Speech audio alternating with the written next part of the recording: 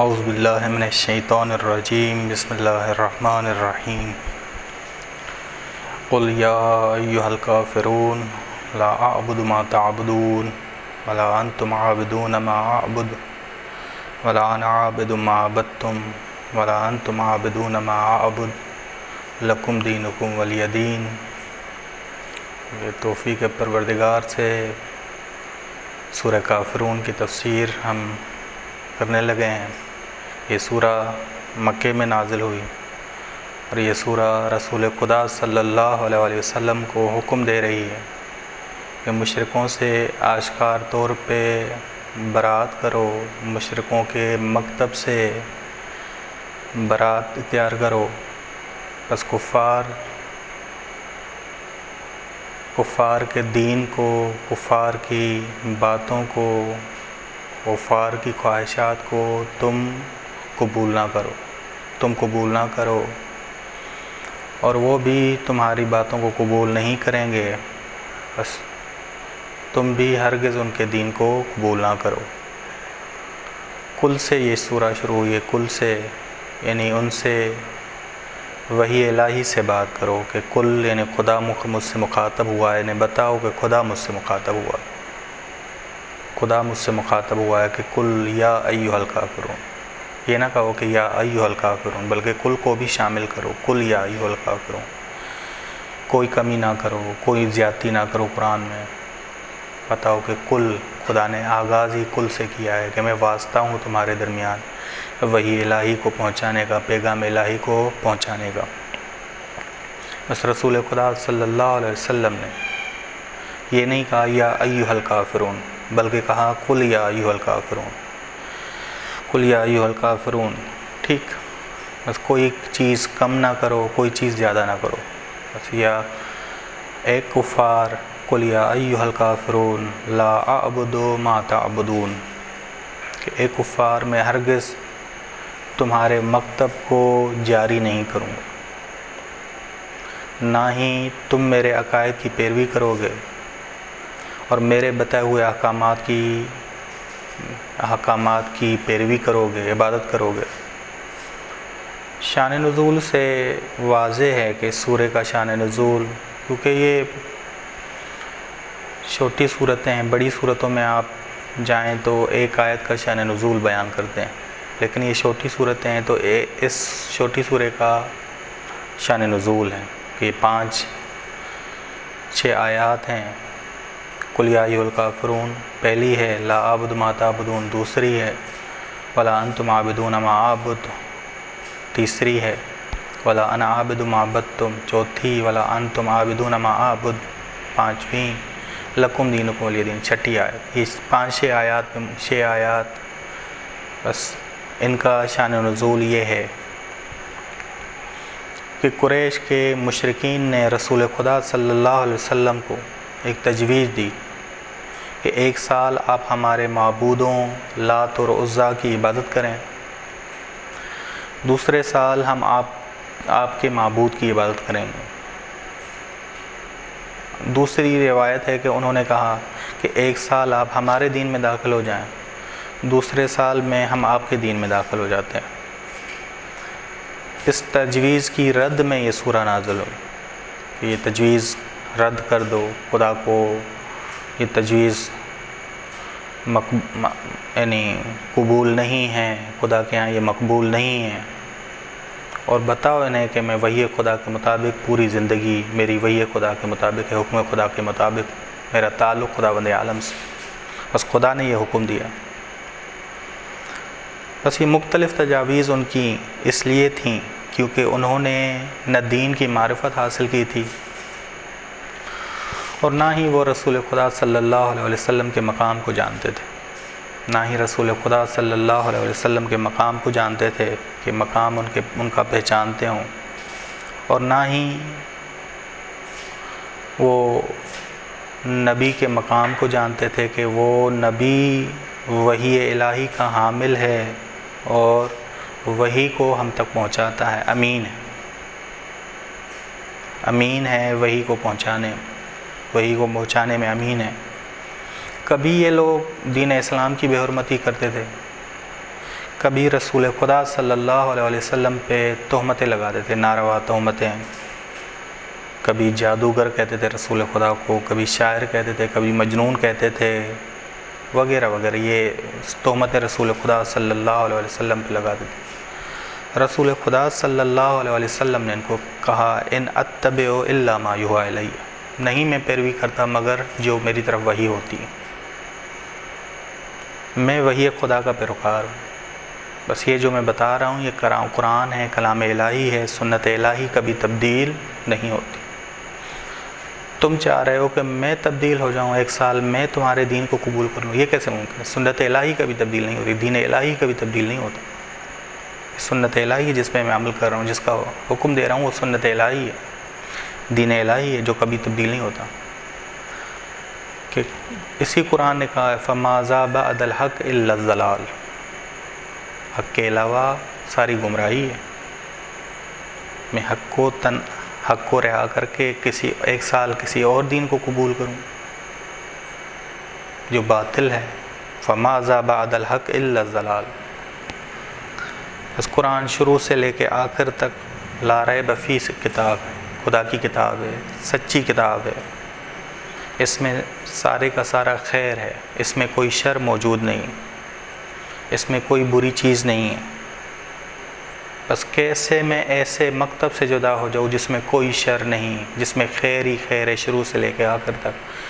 جو حسین ہے، جس میں حسن ہے، جس میں کوئی قبح نہیں، جس میں کوئی برائی نہیں، میں اس مذہب سے جدا ہو جاؤں، میں اس دین سے جدا ہو جاؤں، میں اس کتاب سے جدا ہو جاؤں،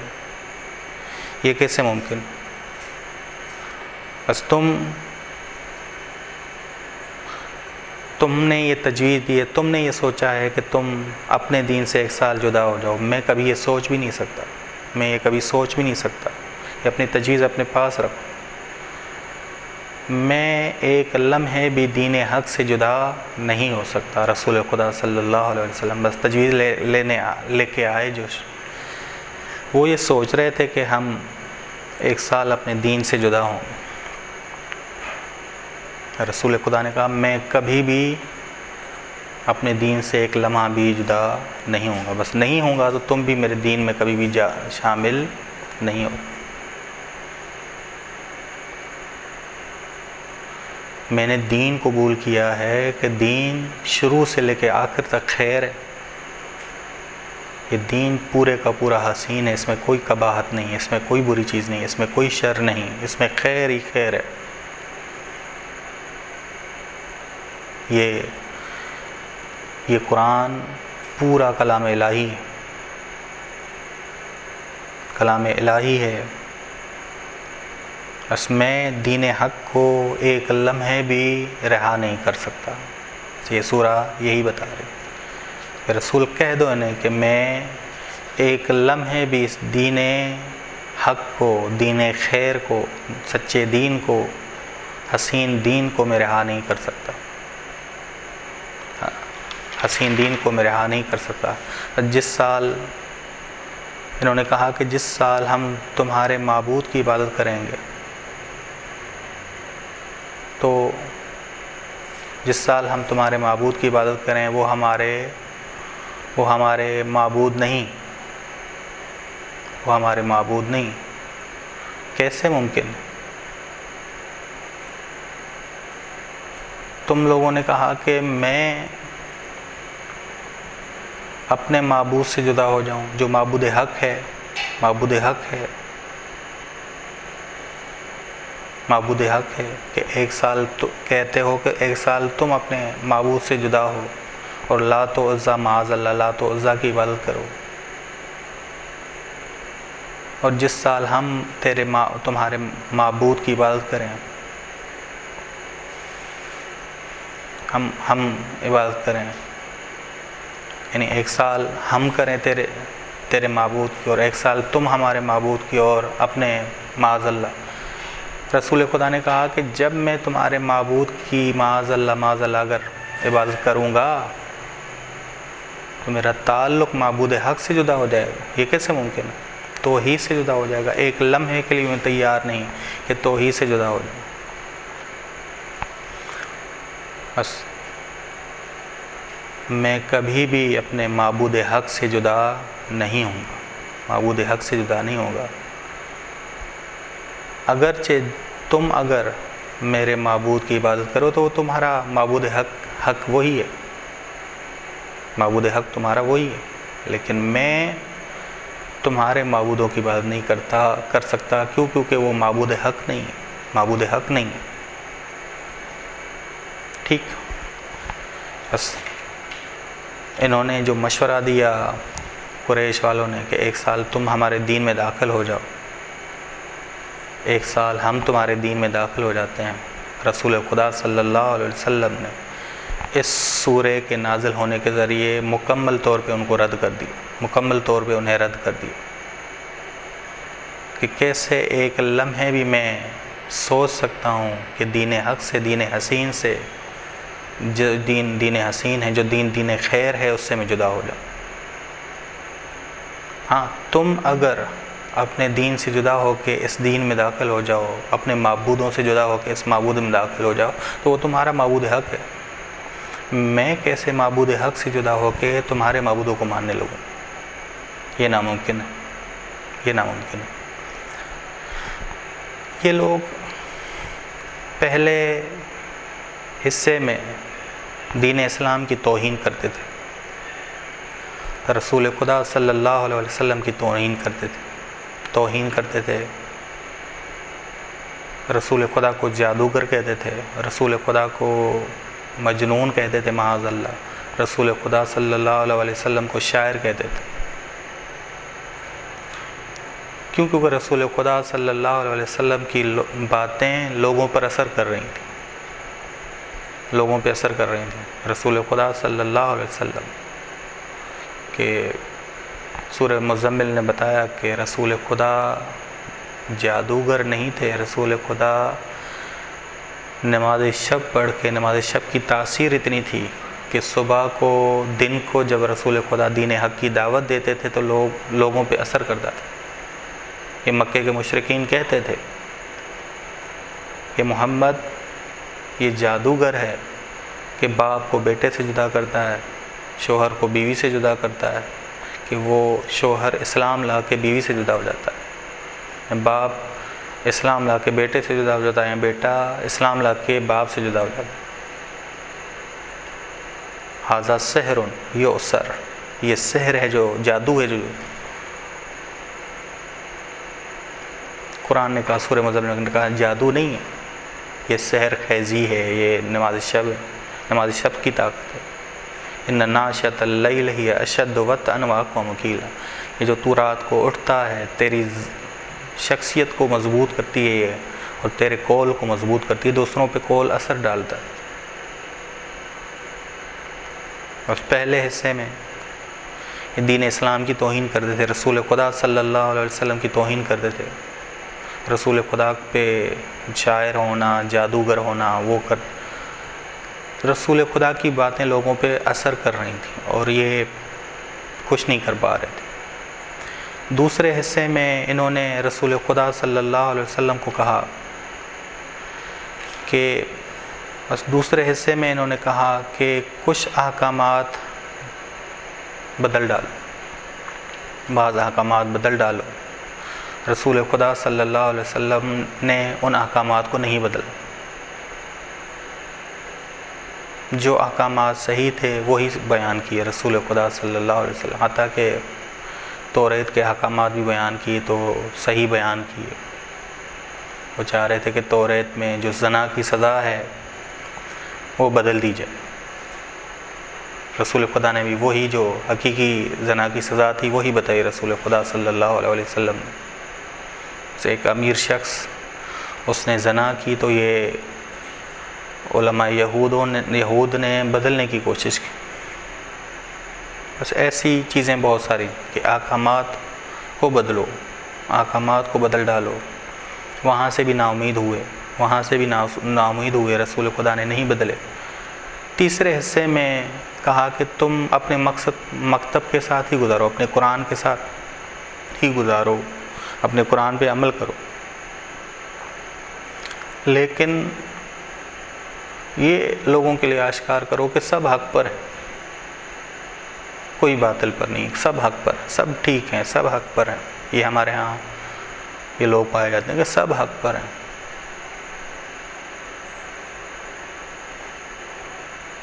ایک ہے کہ دین اسلام نے ایک باب بیان کیا حقوق الناس کا، وہ ٹھیک ہے، حقوق الناس کہ لوگوں کے حقوق بیان کیے ہیں، کہ لوگوں کے حقوق، جانوروں کے حقوق بھی دین اسلام نے بیان کیے ہیں، لوگوں کے حقوق بھی بیان کیے ہیں، وہ الگ چیز ہے۔ لیکن یہ چاہ رہے تھے کہ سب کو حق کہو، سب کو حق کہو، کسی کو باطل نہ کہو، یہ لوگوں کے درمیان ہو جائے کہ سب حق پر ہیں، کوئی برا نہیں ہے، کوئی باطل پر نہیں ہے، کوئی غلط نہیں، کوئی غلط نہیں۔ بس حق کے ساتھ باطل کی ملاوٹ سے حق کی راہ بند ہو جائے گی اور باطل طاقتور ہو جائے گا، باطل طاقتور ہو جائے گا۔ بس یہ تین حصے تھے، تین۔ تبھی آپ دیکھیں کہ اس سورہ میں کیا آیا ہے، قُلْ يَا أَيُّهَا الْكَافِرُونَ لَا أَعْبُدُ مَا تَعْبُدُونَ، تم کہو کہ میں عبادت نہیں کرتا جس معبودوں کی تم عبادت کرتے ہو، کہ تم کہو کہ ایک سال میں تمہارے معبودوں کی عبادت کروں، یہ ہو ہی نہیں سکتا۔ کیونکہ میں مکتب خیر کو مانتا ہوں، مکتب حق کو مانتا ہوں، وہ مکتب جو شروع سے لے کے آخر تک حق ہے، میں اسے مانتا ہوں، میں خدا واحد کو مانتا ہوں۔ ممکن ہی نہیں کہ خدا کا قانون، خدا کی سنت تبدیل ہو جائے اور کہے کہ ہاں جی ایک سال ان کی عبادت کرو۔ وَلَا أَنْتُمْ عَابِدُونَ مَا أَعْبُدُ، جب میں یہ نہیں کام کروں گا تو تم بھی نہیں مانو گے میرے مکتب، تم بھی میری باتیں نہیں مانو گے۔ مشروط کر رہے تھے کہ تم ایسا کرو گے تو ہم کریں گے۔ وَلَا أَنَا عَابِدٌ مَا عَبَدتُّمْ، اور نہ ہی میں عبادت گزار ہوں کہ تم کہو کہ احکامات کو بدل دوں، کبھی نہیں، میں کبھی احکامات کو بدلوں گا نہیں، کبھی میں یہ نہیں کروں گا کہ سارے ٹھیک ہیں، ہر کوئی ٹھیک ہے، جس کا جو مکتب ہے وہ حق ہے۔ یہ لوگوں کو نظر آئے کہ ہر مکتب حق ہے، ہر چیز حق ہے، ہر دین حق ہے۔ بس وَلَا أَنَا عَابِدٌ مَا عَبَدتُّمْ، اور نہ ہی میں، کہ علامہ طباطبائی رحمۃ اللہ علیہ فرماتے ہیں کہ تاکید ہو رہی ہے، تاکید کی جا رہی ہے۔ جبکہ آیت اللہ جوادی عملی کہتے ہیں کہ نہیں، یہ تین حصے بیان کریں کہ پہلے حصے میں جو یہ کہہ رہے تھے کہ دین اسلام کی توہین کر رہے تھے، رسول خدا کی توہین کر رہے تھے تاکہ رسول خدا کو روک سکیں، حق سے روک سکیں۔ پہلا حصہ تو رسول خدا نے کہا لا اعبد ما تعبدون، دوسرے حصے میں انہوں نے رسول خدا کو کہا کہ احکامات کو بدل ڈالو، رسول خدا نے وہ نہیں مانا۔ تیسرے حصے میں رسول خدا نے کہا کہ تم رسول خدا سے انہوں نے کہا کہ اپنے مکتب کے ساتھ گزارو، اپنے قرآن پر عمل کرو، لیکن تبدیل کر دو، ایسا ہو جائے کہ لوگ سب حق پر ہیں، یہ روشن ہو جائے لوگوں کے درمیان کہ سب حق پر ہیں۔ رسول خدا سے یہ کہنے لگے، بس رسول خدا نے بھی کہا حکم خدا بند عالم ہی ہے۔ یہ سورہ ہی نازل ہوئی، یہ آیات ہی اس کی کہ لا اعبد ما تعبدون ولا انتم عابدون ما اعبد ولا انا عابد ما عبدتم ولا انتم عابدون ما اعبد لکم دینکم ولی دین۔ بس ولا انا عابد ما عبدتم ولا انتم عابدون ما اعبد، بس یہ وہ تین حصے بیان کیے جا رہے ہیں۔ آیت اللہ جوادی عاملی فرماتے ہیں کہ تین حصے بیان کیے جا رہے ہیں، ٹھیک۔ بس قرآن کریم نے اجازت نہیں دی کہ وہی تبدیل ہو جائے یا وہی کے احکامات کو تبدیل کرو، کہ کیسے ممکن ہے موحدین عالم، مسلمان مسیحی کہ جو کہتے تھے کہ المسیح ابن اللہ، جو جناب عیسیٰ کو خدا کا معاذ اللہ بیٹا تصور کرتے، یہودی جو جناب عزیر کو خدا کا بیٹا تصور کرتے تھے، آتش پرست مشرکین سارے مساوی ہو جائیں، یہ کیسے ممکن ہے؟ کہ یہ تیسرے حصے میں چاہ رہے تھے کہ ایسا ہو، ٹھیک ہے۔ اگر وہ حربی نہیں تو ان کو، وہ کفار حربی نہیں تو ان کے حقوق ادا کیے جائیں گے۔ اسلام نے ان کے حقوق بیان کیے، اسلام نے ان کے حقوق بیان کیے ہیں، لیکن یہ کہ وہ کہلائیں کہ یہ سب حق پر ہیں، یہ سب حق پر ہیں، یہ سب حق پر ہیں، اور انہیں کہا جائے کہ ہر کوئی حق پر زندگی گزار رہا ہے، یہ کیسے ممکن ہے؟ یہ کیسے ممکن ہے؟ رسول خدا صلی اللہ علیہ وسلم کی سیرت اور سنت یہ نہیں تھی، بس وہ چاہتے تھے کہ کلمۃ اللہ ہی العلیٰ، خدا کا کلمہ توحید ہی بلند ہو، خدا کا کلمہ ہی بلند ہو، خدا کا کلمہ ہی بلند ہو، اور رسول خدا کے کہیں کہ ہر کوئی حق پر ہے، مجوسی ہے تو وہ حق پر ہے، یہودی ہے تو وہ حق پر ہے، عیسائی ہے تو وہ حق پر ہے، مسلمان ہے تو وہ حق پر ہے۔ یہ فلسفہ ختم ہو جاتا ہے کہ وہ کیا کلمۃ اللہ ہی العلیٰ، کہ توحید ہی بلند ہونی، جو توحید کے منکر ہیں وہ بھی ٹھیک ہیں، جو توحید پر عمل کر رہے ہیں وہ بھی ٹھیک ہیں۔ یہ کیا ہوا؟ ٹھیک، بس تیسرے حصے میں یہ کہہ رہے تھے کہ ہر کوئی ٹھیک، ہمیں کوئی شکایت نہیں ہے، تم اپنے مکتب پہ عمل کرو، لیکن لوگوں کے لیے آشکار کر دو کہ ہم بھی ٹھیک ہیں، تم بھی ٹھیک۔ رسول خدا نے کہا نہیں، وَلَا أَنَا عَابِدٌ مَا عَبَدتُّمْ، میں ایسا نہیں کروں گا کہ تمہارا مشرکانہ نظریہ ہے اس کو میں صحیح قرار دے دوں، اپنے نظریے کو بھی صحیح ہو، تمہارے نظریے کو بھی صحیح، ٹھیک، لکم دینکم ولی دین، بس تمہارے لیے تمہارا دین ہے، میرے لیے میرا دین۔ یہ نہیں میں قرار دوں گا کہ سب کا دین، سب حق پر ہیں، سب کے دین ٹھیک ہیں، تمہارے لیے تمہارا دین ہے، میرے لیے میرا دین، لکم دینکم ولی دین۔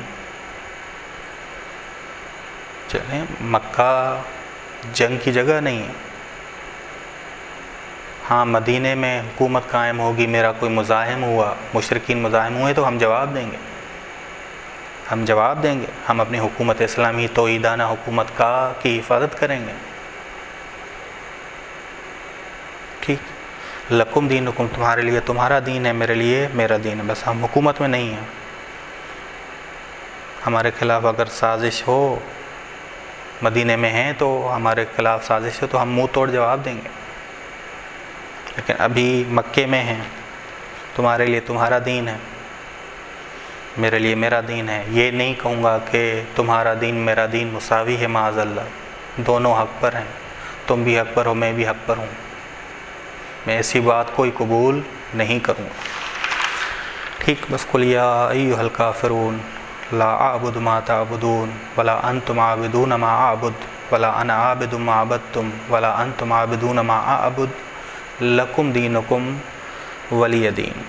بس یہ سورہ رسول خدا صلی اللہ علیہ وسلم کو منع کر رہی ہے کہ مبادا کوئی چیز ان کی ایسی قبول کرو جو تمہارے دین حق کو نقصان دے، تمہارے دین حق کو مغلوب کر دے، توحید کو ختم کر دے، توحیدی دین کو مغلوب کر دے۔ وصلی اللہ علی محمد اہل بیتہ الطیبین الطاہرین، اللہم صلی اللہ علی محمد۔